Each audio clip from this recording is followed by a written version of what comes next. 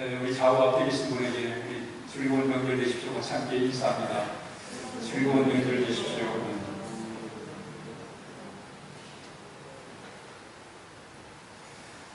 우리는 명절이 되면 고향을 찾아갑니다.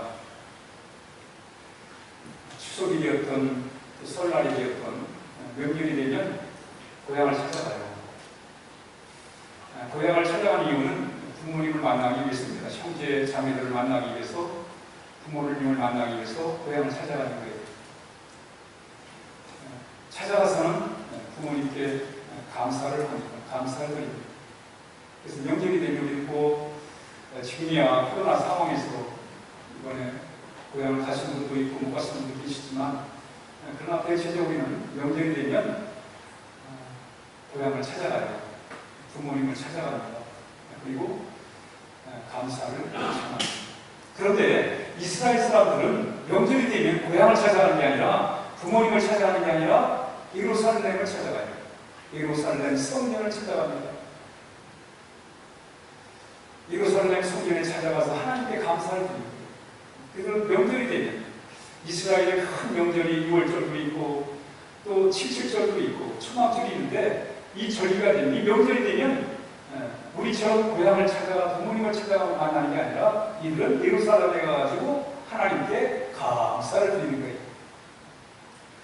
우리 이 모습을 예수님이 어렸을 때, 예수님 12살 때 예수님이 사시는 곳이 나사렛이었습니다. 그런데 명절이 돼가지고 2월절이 돼가지고 예수님이 예루살렘으로 올라갔어요.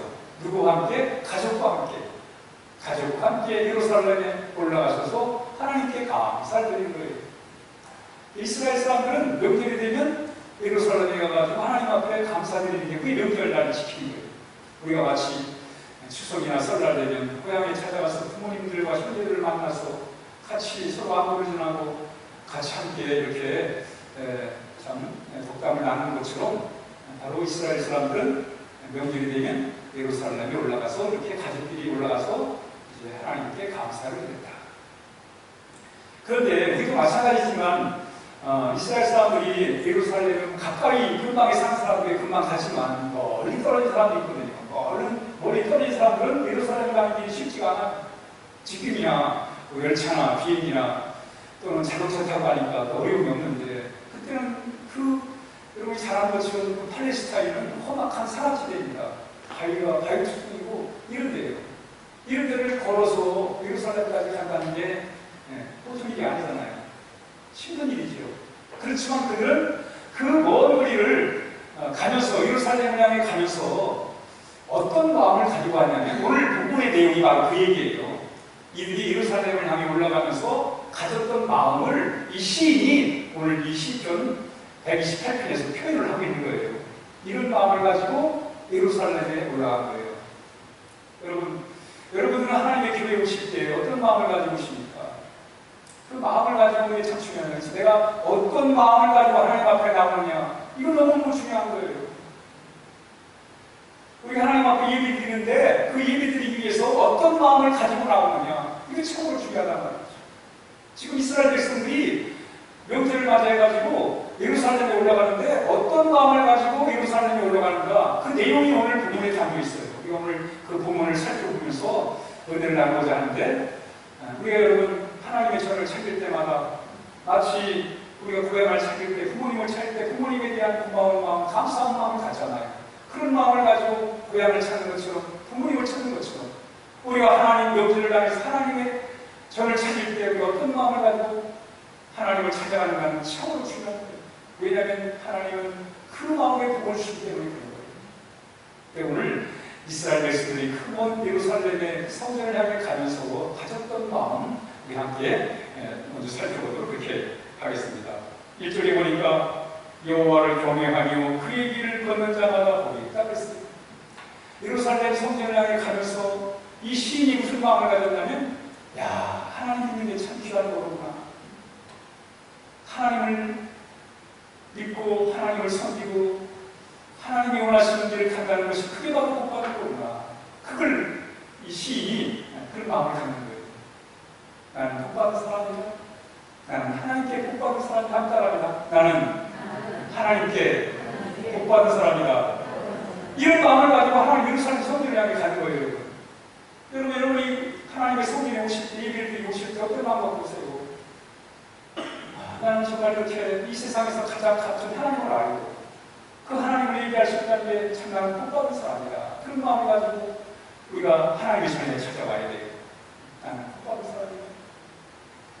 뭐가 복받은 거냐? 하나님을 경외하고 하나님을 두려워할 줄 알고 또 그 하나님의 길, 다시 말하면 그 믿음의 길을 간다는 것. 아, 이게 참 바로 내가 복받은 증거구나. 이걸 확신하는 거예요. 이게 얼마나 아름다운 마음이에요. 아, 나 하나님께 복받은 사람이야. 이런 마음을 가지고 하나님 예루살렘을 찾는다? 성전을 찾는다? 아, 이게 얼마나 하나님 기뻐하시는 마음이에요. 그래서 네가 내 손이 수고한 대로 먹을 것이라 내가 복되고 형통할 것이다. 여러분, 네가 수고한 대로 네가 먹을 것이다. 이 시인은 말이죠, 성실하게 사는 게 복이다. 복받은 사람이 누구냐? 성실하게 사는 사람이 복받은 사람이다. 그런 마음을 가지고 예루살렘에 올라가는 거예요. 성실한 마음을 가지고 사는 게 그게 복받은 마음이다. 그런 마음을 가지고 예루살렘에 지금 올라가고 있습니다. 그러면서 내 집 안방에는 아내는 결실한 포도나무 같으며 내 식탁에 둘러가면 자식들은 어린 감람나무 같은 것이다. 가정에 대하여 하나님께 감사드려요. 부모님을 생각할 때, 남편을 생각하고 아내를 생각하고 자식을 생각할 때 하나님께 감사한 거예요. 이런 마음을 가지고 예루살렘에 올라가고 있는 것입니다. 그러면서 하나님이 이런 자에게 복을 주신다고 그런 믿음을 가지고 이렇게 예루살렘에 올라가고 있습니다. 오늘 이스라엘의 명절을 맞이해서 예루살렘에 올라가는 이 시인의 이 고백, 이 마음을 우리가 살펴봄으로 우리가 명절을 앞두고 참 고향을 찾고 부모님을 찾는 우리 여러 가지 마음들을 특별히 우리가 하나님의 전을 찾을 때 우리가 어떤 마음을 가지고 하나님께 나가야 되는지를 위하여 잠시 함께 은혜를 나누고자 합니다. 먼저 우리 한번 128편 5절을 함께 읽어보겠습니다. 시작. 여호와께서 시온에서 내게 복을 주실지어다. 너는 평생에 예루살렘의 번영을 부르며 그랬습니다. 아멘. 이 시인이 하나의 믿음이 있어요. 예루살렘 성전으로 올라가면서 하나의 믿음을 가지고 올라가는 거예요. 여러분 오늘 하나님 앞에 나오실 때 믿음을 갖고 나오셨잖아요. 마찬가지로 시인도 하나님의 전에 올라갈 때 그 험한 길을, 그 먼 길을 향해 예루살렘을 향해 갈 때 하나의 확신이 있어요. 믿음이 있어요. 그게 뭐냐면 하나님이 시온에서 복을 주신다는 거예요. 시온은 예루살렘이에요. 그 예루살렘에서, 그 시온에서 하나님이 내게 복을 주실 것이다. 아, 여러분 이것은 귀한 마음이에요. 하나님이 복을 주신다. 이건 참으로 귀한 마음입니다. 여러분. 우리가 항상 하나님 앞에 나올 때마다 이런 마음을 가셔야 돼요. 하나님이 나에게 복을 주시고 하나님은 나에게 복을 주시고 따라합니다. 하나님은 나에게 복을 주신 것이다. 아멘. 여러분 이 자체가 내가 복을 받았니 안 받았니 그 다 떠나서 하나님이 나에게 복을 주시고 하나님은 선하시고 의로우시고 사랑이시고 거룩하신 최고의 선하신 하나님이시잖아요. 여러분 진리 중에 진리시잖아요. 여러분 이 땅에 하나님 같은 분이 어디 있어요. 여러분 사람은 기대하다가도 실망할 때가 많지만 세상은 좋은 것처럼 볼 때가 많지만 금방 또 치워지지만 하나님 그 장담하겠죠. 이런 하나님 같은 분이 어디 있어요? 그 하나님이 나에게 복을 주신다? 이런 마음을 갖고 산다? 얼마나 아름다운 마음이에요. 아무리 세상이 힘들고 어려워도 삶이 힘들고 어려워도 하나님이 나에게 복을 주신다. 이런 아름다운 마음을 가지고 살아갈 때 그게 얼마나 우리에게 위로가 되어 있어요. 오늘 이 시인이 이런 마음을 가지고 예루살렘 성전에 올라가는 거예요.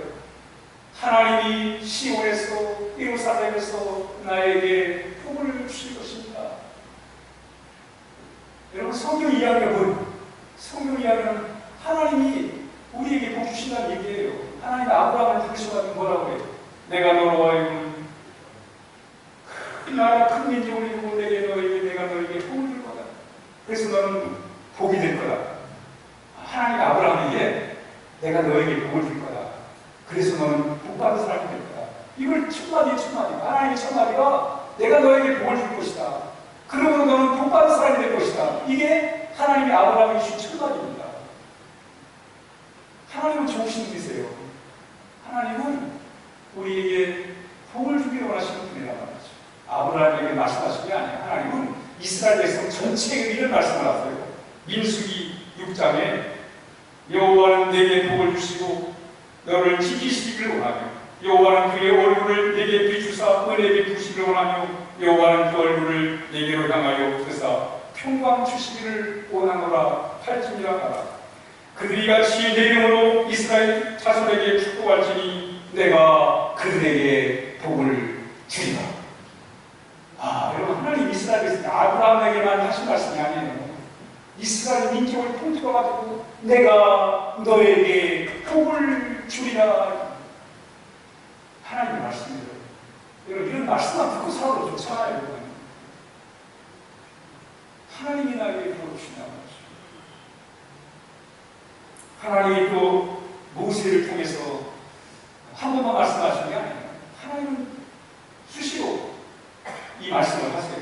신명기 28장에 네가 내 하나님 여호와의 말씀을 청종하면 이 모든 복이 내게 임할 것이다.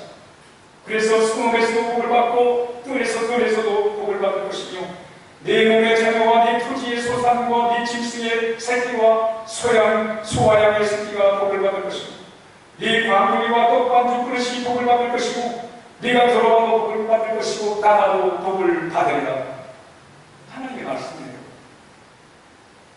왜? 하나님은 우리에게 복을 주신 분이십니까?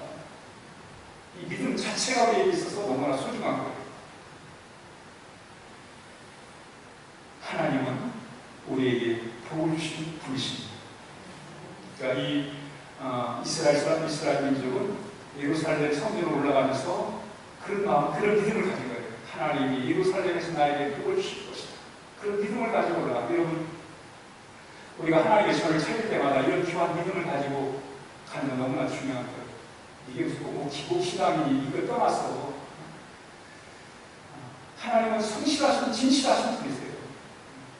그래서 하나님은 우리에게 복을 주시는 분이심을 우리에게 말씀해주고 있습니다. 그러니까 우리가 이스라엘 민족이 예루살렘을 향해 명절을 맞이해가지고 예루살렘에 올라갈 때 첫 번째 가졌던 마음은 복은 하나님으로부터 오는 것이다. 그런 믿음을 가지고 올라갔다는 거예요. 그래서 1절 있습니다. 1절 시편 128편 1절 우리 한번 큰 목소리로 함께 있습니다. 시작. 여호와를 경외하며 그의 길을 걷는 자마다 복이 있도다. 그럼 우리가 어떻게 하나님의 복을 우리가 누릴 수 있느냐? 어떻게 우리가 하나님의 복을 받을 수 있는가에 대한 설명이에요.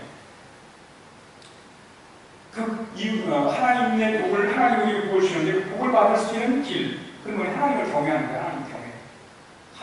하나님으로 아는, 하나님을 두려워할 줄 알고, 하나님을 소중히 여기는 그런 마음. 바로 그게 1차적으로 하나님의 복을 받는 기본 자세입니다. 하나님을 하나님으로 알아야 돼요. 왜 우리가 하나님을 두려워하지 않습니까? 하나님을 모르면 하나님 두려워하지 않아요. 왜 우리가 하나님을 사랑하지 않습니까? 하나님을 모르면 하나님을 사랑하지 않아요. 그러므로 우리가 하나님을 아는 것은 참으로 중요한 거예요. 이 세상에 알아야 할 것 참 많지만 정말 우리가 더 깊이 알아야 되고 더 넓게 알아야 되는 게 하나님이에요. 하나님을 알아봐야 돼. 하나님이 얼마나 좋으신 분인지.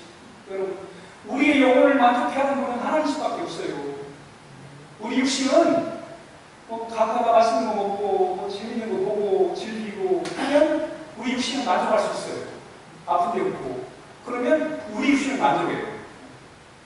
그렇지만 아무리 맛있는 걸 먹고 내가 보는 걸 보고 즐기는 걸 챙긴다고 우리 영혼이 만족하지 않아요. 신기하죠? 육신은 맛있는 거 먹고 몸 불편한 데 없고 재미를 하면 육신은 만족해요. 그러나 그렇다고 해가지고 우리 영혼이 만족하는 거 아니란 말이죠. 우리 영혼이 만족하는 길은 하나님밖에 없는 거예요. 하나님만이 내 생각과 내 마음과 내 영혼을 만족해 하신단 말이에요. 그리고 우리 하나님을 믿는 거죠. 여러분. 세상 사람들은 세상 것이 나에게 만족을 준다고 하면서 그걸 추구하다가 만족을 주는 게 아니라 오히려 그것 때문에 마음이 불편해지고 이러다 보니까 낙심을 하게 되고 좌절하게 되는 거예요. 인생의 해를 갖게 되는 거예요. 우리가 깨달은 게 뭐냐면 세상 것으로는 절대로 우리 영혼이 만족할 수 없구나. 하나님을 통해서만이 만족할 수 있구나. 이걸 우리가 경험하는 거예요. 하나님이 선하시다는 게 얼마나 우리 영혼을 만족시킵니까? 우리의 생각을 만족시켜요. 하나님이 참 의로우시다는 게 얼마나 우리의 영혼을 만족시킵니까? 세상 눈에 보이는 것이 불평하고 말이죠. 앞뒤가 안 맞고 사람들이 하는 일들이 보면 이게 참 악하고 말이죠. 악랄하고 막 그런 모습이 얼마나 이 세상을 보면서 우리가 바라봐요. 그걸 보니까 우리의 마음이 상하잖아요. 세상 돌아가는 꼴을 보면서 사람들이 하는 일들을 보면서 야 이건 아닌데 그러면서 낙심할 게 얼마나 많아요. 그러나 우리가 하나님의 의로우심과 하나님의 선하심과 하나님의 아름다움을 바라볼 때 우리 영혼이, 우리의 생각이 만족을 하는 거예요. 우리는 하나님을 통해서만이 진정한 만족을 할 수 있기 때문에 바로 우리는 하나님을 경외하는 것이 참 중요합니다. 하나님을 경외한다는 게 뭐냐? 하나님을 경외한다는 게 뭐냐면 그 길을 가는 거예요. 하나님의 뜻을 따라가는 거예요. 여러분, 무엇보다 우리가 중요한 것은 다 내 뜻대로 사는 것이죠. 그렇죠? 우리는 태생이 자기 뜻대로 살고 싶은 게 우리의 태생이에요, 이게. 그래서 애가 태어나면 얼마 안 돼가지고 말도 잘 못하는 것이 지 맘대로 하려고 해요. 그러다가 좀 걷고 또 좀 말할 줄 알아보세요. 그때부터 지 맘대로 하는 거예요. 인간의 본성이 그래요. 그런데 중요한 것은 바로 우리가 하나님을 경외한다는 것은 그의 길을 가는 거예요. 인간의 뜻대로 사는 게 아니라 하나님의 뜻에 따라서 가는 것, 바로 그것이 하나님을 경외하는 것임을 말씀하고 있습니다. 우리가 내 마음대로 사는 게 행복이고 내 마음대로 사는 게 잘 되는 거라고 생각하는데 성경을 그렇게 말씀하다가 하나님의 길을 가는 게 그게 잘 되는 길이라는 거예요. 사실 우리도 뭐 알지요. 내 마음대로 살아와야 뭐 특별한 거 있습니까? 내 뜻대로 됐다고 만족하십니까? 내가 내 마음대로 내 뜻대로 됐지만 그게 잘못돼가지고 어림당할 때가 얼마나 많아요. 후회할 때가 얼마나 많습니까? 우리가 이런 세상을 살아가면서 정말 하나님의 길을 가는 게 얼마나 아름다운지 비록 그것이 내 마음에 안 들 수도 있고 좀 모자랄 수도 있고 하지만 그러나 하나님의 뜻으로 알고 그 길을 간다는 것은 바로 하나님이 우리에게 원하시는 아름다운 길임을 우리에게 말씀해주고 있습니다. 그러니까 하나님을 경외한다는 것은 하나님의 그 길을 간다는 거예요. 그 길을 간다는 것은 하나님을 믿으면서 하나님의 계획과 하나님의 뜻을 따라 가는 겁니다. 이게 바로 믿음의 길이에요. 믿음이. 하나님을 믿는, 그러니까 이제까지 내가 주인이었지만 하나님이 주인 되셔가지고 내가 그 하나님의 인도를 받고 살아가는 것이 바로 그 하나님의 길을 따라가는 거예요. 바로 이런 사람이 뭐예요? 복받은 사람이다. 믿음의 길을 가는 사람이 복받은 사람이라는 거예요. 이 시인은 그걸 믿는 거예요. 내가 하나님을 경외함으로 하나님의 뜻을 따라 지금 예루살렘으로 올라가는 게 험난하고 힘들지만 이게 바로 하나님이 원하시는 길이고 하나님의 뜻을 따라 가는 길이라 생각을 하면서 그 예루살렘의 길을 묵묵히 가는 거예요. 왜? 이게 복받은 거라 믿으니까. 하나님의 길을 가는 게 복받은 거라 믿기 때문에 이렇게 가는 것입니다. 여러분, 다윗은 믿음의 길 같은 사람입니다. 참 어떻게 하면 하나님의 뜻에 다윗이 실수 없는 사람이 아니에요. 잘못이 없는 사람이 아니고 지혜가 없는 사람이 아니었습니다. 지혜도 있고 잘못도 있고 이런 사람이었어요. 그런데도 한 가지 마음이 뭐냐면 어떻게 하면 하나님의 길을 갈까? 믿음의 길을 갈까? 이것 때문에 노심초사하며 살았던 사람입니다. 그래서 그 다윗이 이스라엘에서 역사에서 다윗의 길을 갔던 그 믿음의 길을 갔던 주님의 뜻에 따라 갔던 왕들은 다 잘 됐어요. 복을 받은 왕들이에요. 그 대표적인 여호사밧입니다. 여호사밧은 아버지가 하나님 잘 안 믿었어요. 그럼에도 불구하고 신앙임을 잘 받아가지고 그는 하나님을 잘 섬겼어요. 이때 하나님이 여호사밧에게 복을 주십니다. 여기나 17장에 보면 여호와께서 여호사밧과 함께 하셨으니 이는 그가 그의 조상 다윗처럼 길로 행하여 갔다 이렇게 말씀하고 있습니다. 여호사밧이 하나님의 복을 받은 게 뭐냐면 다윗의 그 조상 다윗의 믿음의 길을 갔다는 거예요. 그래서 하나님이 그에게 큰 복을 주셨다. 사실 여러분 이 여호사밧은 당시에 아버지도 신앙 제대로 하나님을 잘 섬기지 않고 주변 사람들이 하나님을 잘 섬기지 않을 때예요. 이럴 때에도 불구하고 정말 이 여호사밧은 하나님을 잘 섬겨서 하나님의 복을 받게 됩니다. 여러분 오늘날 하나님이 참 어려워 있죠? 사람들은 그저 돈, 권력, 인기, 명예 이런 걸 얼마나 추구합니까 사람들이. 인기라는 게 하루아침 올라가다 내가 하지만 그래도 그 인기를 물거품 같은 인기를 얼마나 원합니까? 그런 세상이었어요. 여우상하고 그런 세상이었어요. 우리처럼 하나님 믿기 참 어려운 그런 시대에도 불구하고 여우상은 하나님 믿음의 길을 잘 갔을 때 하나님이 그에게 복을 내려주신다는 것을 말씀합니다. 여러분, 우리가 믿음의 길을 갈 때 하나님이 우리를 지켜주세요.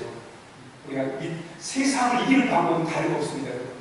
하나님을 믿는 믿음의 길을 가는 거예요. 그렇지 않으면 늘 우리는 흔들릴 수밖에 없고 우리가 바르게 살아갈 수가 없어요.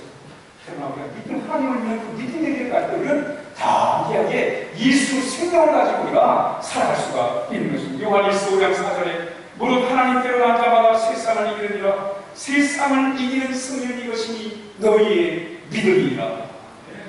믿음을 통해서 여러분이 세상을 이기는 거예요. 여러분, 살아있는 사람과 죽은 사람의 차이가 뭐예요?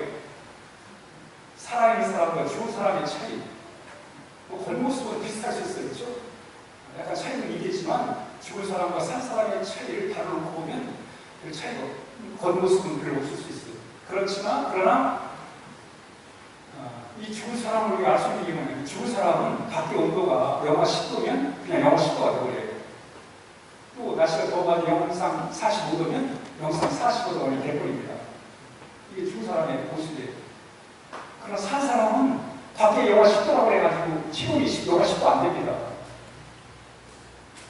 아무리 날씨가 더워가지고 영상 45도 해도 체온이 영상 45도가 되지 않아요. 살아있는 사람은. 죽은 사람은 영하 10도면 영하 10도가 되는 거예요.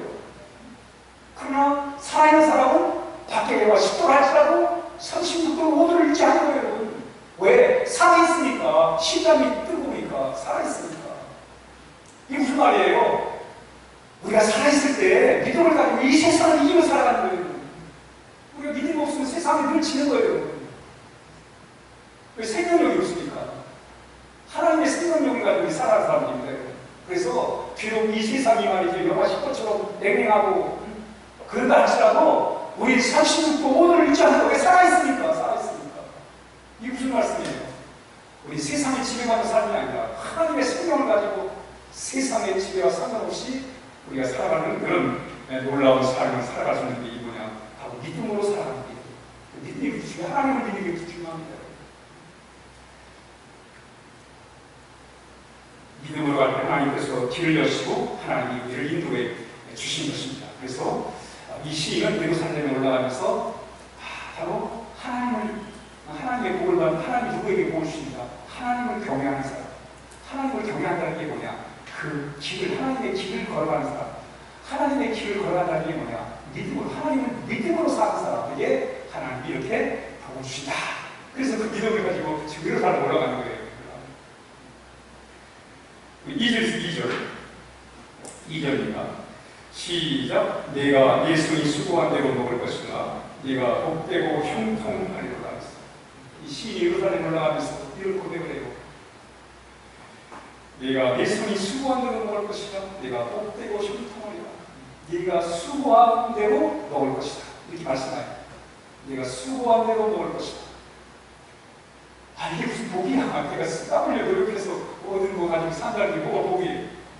아무것도 안 하고 그냥 놀고도 그냥 잘 먹고 잘 살아야 그게 복이지. 성경은 세상을 비슷한 세상은 놀고 먹어도 잘 사는 그게 복이라고 생각하는데 성경은 그렇게 말하지 않아요. 성경은요 수고한 대로 먹는 게 그게 복이라는 거예요. 성실하게 사는 게 복이라는 거예요. 오늘 우리 사회가 많이 그렇게 되어 갔습니다. 그래서 그냥 공짜로 사는 게 마치 그게 복인 것처럼 생각되어 나가요.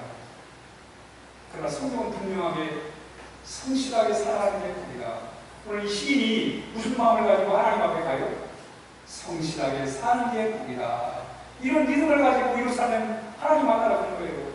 성실하게 사는 게 그게 바로 복받은 사람이다. 성실하게 사는 게 그게 바로 하나님의 복을 누리고 살아가는 사람이다. 그런 고백을 하고 살아가는 게 얼마나 아름다운 마음이에요. 성실하게 사는 게 복받은 사람이다. 2절입니다. 2절. 내가 네 손이 수고한 대로 먹을 것이라 네가 복되고 형통하리로다. 앞따라합니다. 성실하게 사는 게 복 받은 사람이다. 그렇습니다, 여러분. 요즘 우리 사회가 참 많이 이제 우리가 잘 살게 됐어요. 쇼핑이 많이 좋아졌습니다. 이런 가운데 우리 이런 상황에서 어떤 경제 공평 이런 얘기가 나오는 거예요. 경제적으로 우리가 평등하게 살아야 된다. 그런 얘기 참 좋은 거예요. 여러분. 경제같이 평등하게 살아간다는 게 얼마나 중요합니까? 그래서 우리가 복지 정책을 해야 되고 같이 서로 나누고 이게 참 중요한 거예요. 그런데 우리가 이 평등, 이 복지 이것이 성실을 깨트리면 안 돼요. 성실함을 깨트리면 성실하지 못하게 살아도 방향이 돼버리면 안 된다는 거예요. 미국에 콜롬비아 코넬이라는 유명한 대학이 있는데 코넬의 한 경제학 교수가 계셨어요. 계셨는데 그분이 이제 학생들이 이제 경제 균형, 경제 평등에 대해서 이제 이렇게 학생들이 얘기를 해요. 경제가 평등했으면 좋겠다고. 경제 평등하면 좋지요. 그러나 그 경제 평등이 잘못될 수 있다는 거예요. 예를 들어서 이 시험을 하는 거예요.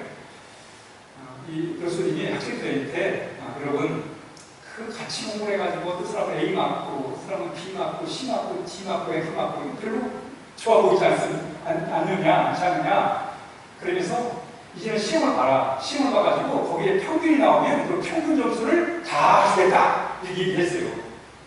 학생들이 찬성을 했어요. 뭐 평균 나와서 B 나오면 평균 나오면 준다니까. 그래서 이제 학생들이 이제 열심히 공부를 해요. 이제 A 맞은 사람은 계속 A를 맞기 위해서 열심히 공부하고 또 이렇게 해서 이제 합니다. 근데 이제 시험을 봤어요. 평균이 뭐가 나오냐면 B가 나왔어, B. 그래서 이분이 다 B를 다 줘버린 거예요. B를 다. 왜? 뭐 학생들이 원하니까 B를 다 줘버렸어요. 그리고 그 다음 시험을 보는데 학생들이 생각이 바뀌는 거예요.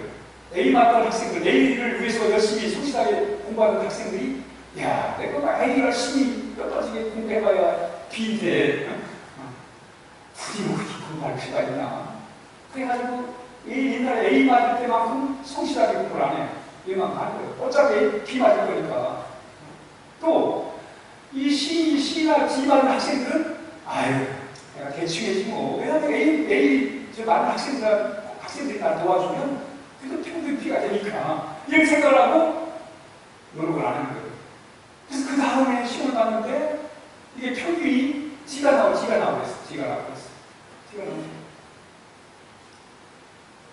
그리고 그 다음에 또 다른 시험을 또 보게 돼요.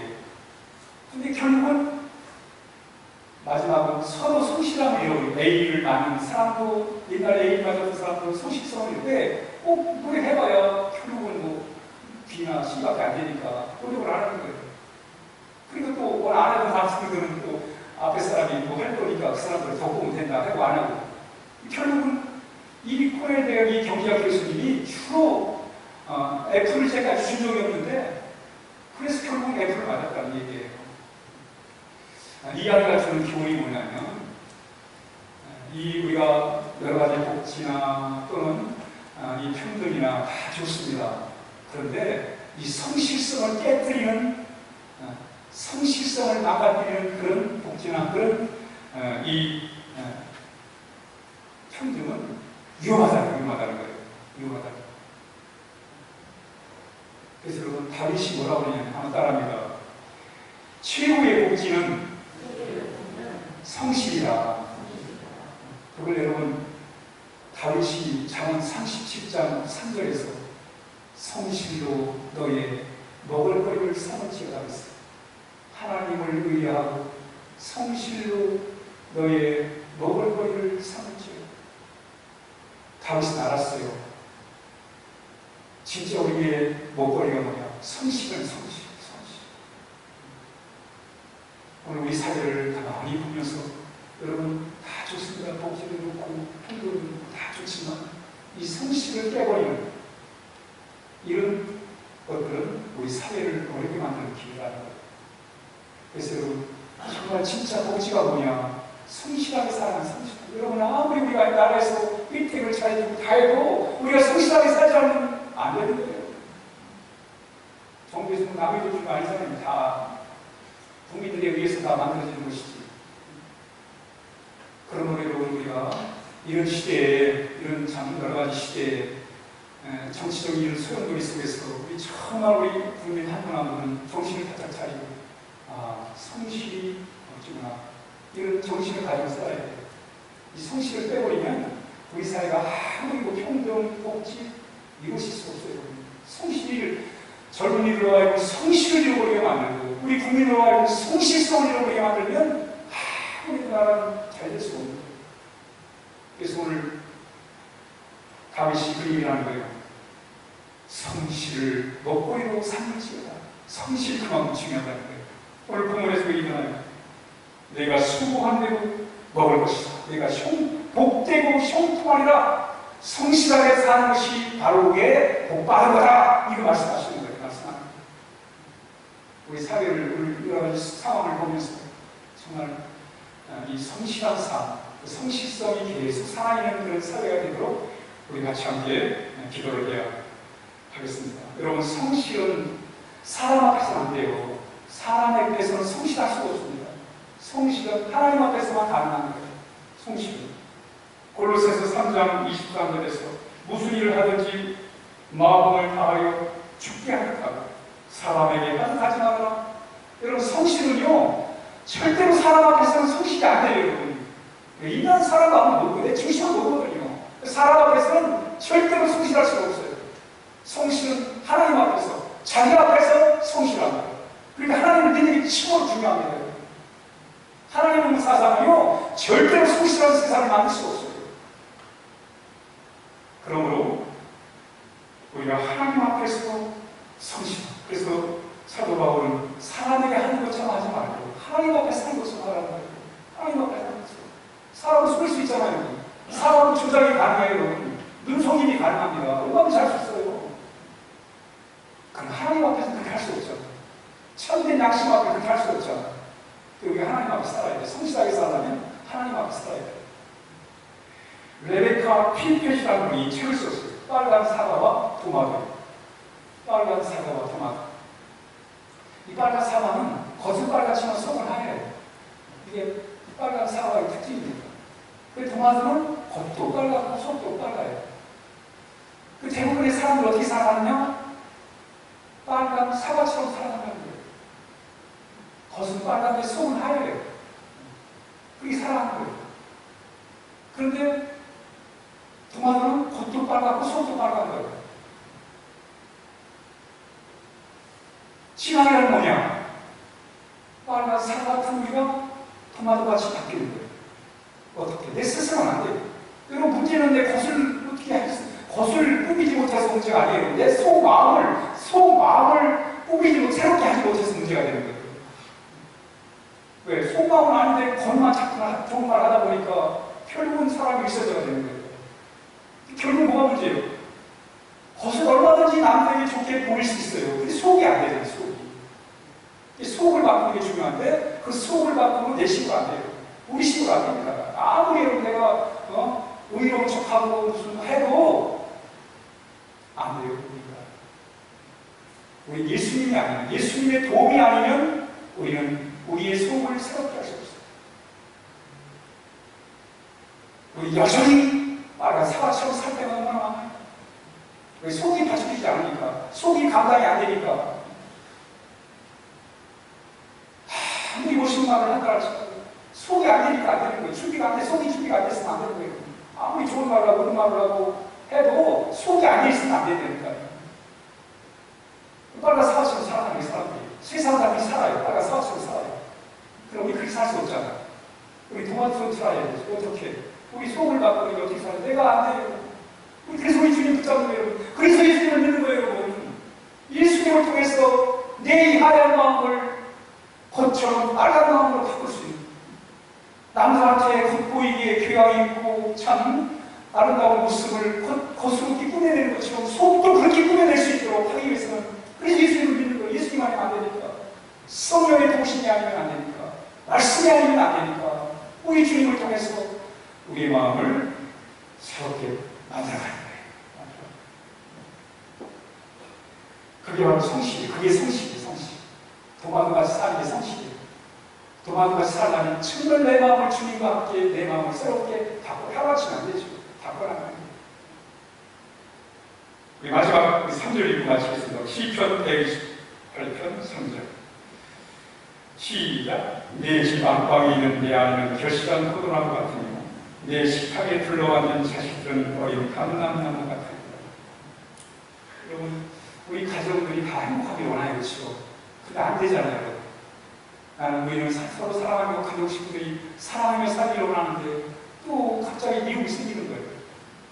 우리 가족이 서로 따뜻하게 살고 싶은데 또 갑자기 냉랭해지는 거예요. 어렵죠, 그렇죠? 근데 기본적으로 가정이라는 건 행복하게 살아야 되는데 그러지 못할 때가 많잖아요. 우리는 생각을 바꿔야 돼요. 생각. 행복한 가정을 되기 위해 생각을 바꿔야 돼요. 무슨 생각을 바꾸냐면 내가 생각하는 행복한 가정이라는 생각을 바꿔야 돼요. 그러면서 내가 생각하는 가정이 행복한 가정이 아니라 하나님이 원하시는 복받은 가정으로 가야 돼요. 각자 다 행복한 가정 원해 아들도 남편도 아내도 가족도 다 나는 행복한 가정 원해. 그럼 다 자기들이 생각하는 행복한 가정을 추구하는 거예요. 그러다 보니까 결국은 다 똑같이 행복한 가정을 원하는데 오히려 각자가 원하는 행복한 가정이 되는 게 아니라 그런 생각들 때문에 행복이 깨져버리고 그것 때문에 더 원망이 생기고 갈등이 생긴단 말이죠.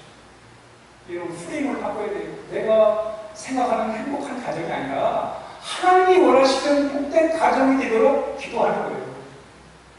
우리가 아무리 각자가 행복한 가정을 꿈꾸어도 각자가 행복의 길이 다 달라요. 그래서 행복한 가정이 깨져버리는 거예요. 오히려 행복 가정을 추구하는데 마치 여러분 통일하면서 말이죠. 통일했다. 여러분 북한이 원하는 통일과 우리가 원하는 통일이 다르잖아요. 그러면 가만히 있으면 각자 그냥 편하게 살자. 그럼 괜찮은데 그 통일하자고 하는 것 때문에 싸움을 하고 갈등을 하고 오히려 더 평화를 깨버리잖아요. 마찬가지로 우리가 정말 가정의 행복은 하나님이 원하시는 그런 복받은 가정의 모습으로 가야 된다. 왜 그러냐? 여러분, 가정을 쓰는 분은 우리가 아니에요. 남자 여자 만나가지고 가정 쓰는 거 아닙니다. 왜냐하면 여러분, 우리 자녀가 내가 낳고 싶다고 자녀를 낳은 게 아니잖아요. 또 자녀 입장에서는 우리 부모가 내가 원하는 부모가 아니잖아요. 내가 이런 부모 원한다고 해서 이런 부모가 된 것도 아니고 내가 이런 자식 낳고 싶다고 자식 낳은 게 아니에요. 그거 태교도 하고 다 했겠지요. 결국은 가정을 만드시는 분 하나님이세요. 하나님 만든 거 아니겠습니까? 하나님 만드신 거예요. 그러니까 내 의도대로 하면 가정의 행복이 없어요. 그러나 하나님이 계획하신 따라 하나님이 주신 그 범위 안에서 우리가 가정을 하나님의 원하시는 복받은 가정을 향해 우리가 갈 때 비로소 이런 복된 가정이 될 수가 있다는 것입니다. 그러면서 오늘 본문에 보면 이 시인은 아내를 향해서 포도나무 같다는 거예요. 자식을 향해서 감람나무 같다는 거예요. 좋게 보는 게 좋게 보는, 아름답게 보는 거예요. 아내를 감람나무로, 포도나무로, 자식을 감람나무로 이렇게 좋게 봐주는. 여러분, 가정의 행복은 첫째로 서로에게 서로를 축복하면서 좋게 봐주는 데서부터 시작이 되는 거예요. 내 기준에 맞춰 보는 게 아니라 서로 좋게 봐주는 거예요. 지금 이 시인이 아내를 향해서 포도나무 같다는 거예요. 포도나무 열매 같다는 거예요. 아내가. 자식을 향해서 감람나무 같다는 거예요. 이스라엘 백성에서 포도나무, 감람나무는 없어서는 안 돼요. 아주 중요한 겁니다. 이 감람나무는 식용으로도 쓰이고, 약재로도 쓰이고, 재료로도 쓰이고, 불을 밝히도 쓰이고, 너무너무 유명한 거예요. 그게 좋게 보는 거죠. 아내를 향해서 포도나무 열매 같다는 거예요. 그게 아름답게 봐주는 거예요. 서로를 좋게 봐주고, 서로를 위해 서로를 축복할 때, 바로 거기에 아름다운 행복한 그런 가정을 이룰 수가 있는 것입니다. 오늘 우리가 추석 명절을 앞두고 이스라엘 백성들이 예루살렘으로 이렇게 이제 올라가면서 가족 복은 하나님이 주신 거다라는 거. 그 복을 받기 위해 우리가 하나님을 경외해야 된다는 거. 하나님의 그 길을 걸어야 된다. 믿음의 길을 걸어가야 된다. 그게 바로 복받은 사람이라는 거. 뿐만 아니라 복받은 사람으로서 성실하게 사는 사람이 복받은 사람이라는 거. 성실하게. 여러분 이걸 기억해 만들 우리 사회가 오늘날 우리 사회가 정말 명심해야 될 시대의 정신이 뭐냐? 성실하게 사는 게 복받은 거다. 이런 믿음을 가져야 돼. 뿐만 아니라 우리 가정을 서로를 좋게 보고 서로를 축복할 때 하나님께서 그 가정을 복되게 하시고 하나님이 인도해 주실 것입니다. 우리 함께 기도하겠습니다. 오늘 우리가 명절을 앞두고 다시 한번 우리 가정들을 돌아보면서 하나님 이 시대를 또 돌아보면서 하나님을 경외하는 것이 하나님이 복을 하나님이 준다는 것에 대한 확신을 달라고 또 성실하게 사는 것이 복받는 것이라고 이것을 우리가 명심하게 된다고 또 가정을 위해 서로를 축복할 수 있는 가정이 되도록 같이 함께 간절한 마음으로 합심히 기도하겠습니다. 하나님 아버지 감사합니다. 아버지 하나님 감사합니다. 하나님이 우리의 복이 되심을 하나님 확신하게 하여 주시옵소서. 믿음의 길을 가게 하여 주시옵소서. 성실한 삶을 살게 하여 주시옵소서. 서로를 축복하며 살게 하여 주시옵소서. 우리의 아버지 하나님 주의 주님의 것을 하시옵소서. 우리의 속사람을 서로 해주시옵소서. 복받은 사람으로 살게 하여 주시옵소서. 아버지 하나님 아버지 주의 성령을 오시옵소서. 오셔서 도와주옵소서. 아버지의 것을 하여 주옵소서. 우리 가정들에게 하나님의 하나님을 주옵소서. 행복한 가정들을 위하여 주옵소서.